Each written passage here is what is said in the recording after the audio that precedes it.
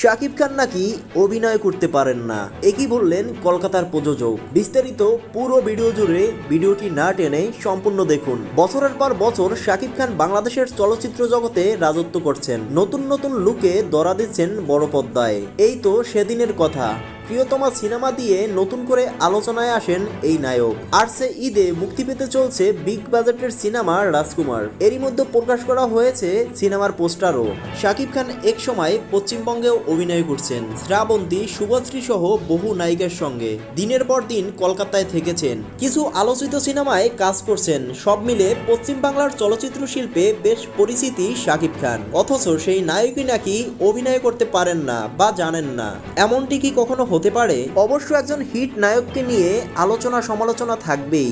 এবার এই কথাটি বলছেন টলিউডের নামকরা প্রযোজক রানা সরকার। দেশ টিভির এক প্রতিবেদনে প্রচারিত অডিও বার্তায় শাকিব খান প্রসঙ্গে রানা বলেন, শাকিব জনপ্রিয় হলেও পশ্চিমবঙ্গে তার সিনেমার জনপ্রিয়তা নেই। সুপারস্টারের সিনেমা যেমন চলা উচিত, যেমন দেবজিৎ সোম সেরকম চলে না। শাকিব খান হয়তো খুব জনপ্রিয়, কিন্তু অভিনয়ে অন্য যারা নাম করছেন তাদের তুলনায় অতটা ভালো নয়। বাংলাদেশ ভারত যৌথ প্রযোজনায় শাকিব খান ছবি করলেও এই নায়কের ছবি হলে তো চলেই না বলে মন্তব্য করলেন রানা সরকার। প্রিয় দর্শক, আমাদের সুপারস্টার শাকিব খানকে নিয়ে কলকাতার প্রযোজক রানা সরকারের এমন মন্তব্য আপনার কাছে কেমন লেগেছে তা জানাতে পারেন নিচে কমেন্ট বক্সে।